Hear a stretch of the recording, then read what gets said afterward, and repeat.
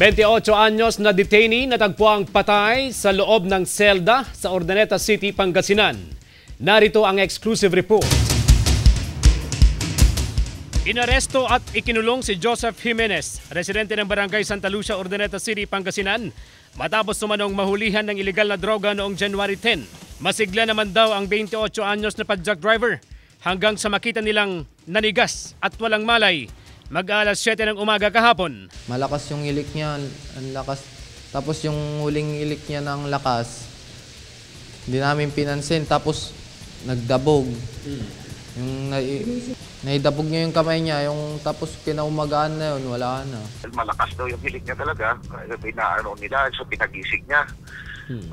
Nagbaliktad naman. Kaso nung kinaumagahan na, nung mag-ano na ng yung jailer natin, pinagising mo, tayo hindi na nagising. Dinala pa sa Urdaneta District Hospital si Jimenez. Hindi raw nakitaan ng anumang sukat sa katawan ng biktima. Yung pasyente po considered dead on arrival. Wala na po siyang vital signs, meaning wala ng BP, hindi na po siya humihinga, wala na rin pong heartbeat o pitik ng puso. Ayon sa kinakasama, walang anumang sakit si Jimenez.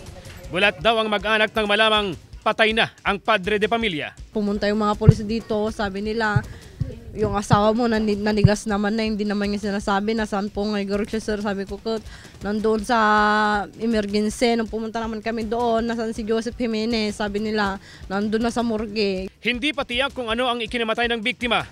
Isa sa ilalim sa autopsy ang bangkay ng biktima para malaman ang sanhi ng kanyang pagkamatay. Patuloy ang pakikipag-ugnay ng pulisya sa pamilya para sa investigasyon. Kahit ako naman, hindi ako makapaniwala bakit namatay ang asawa ko. Siyempre pati ako naguguluhan. Kasi siguraduhin ko sa pamilya na there's nothing to hide here, there's no whitewash here.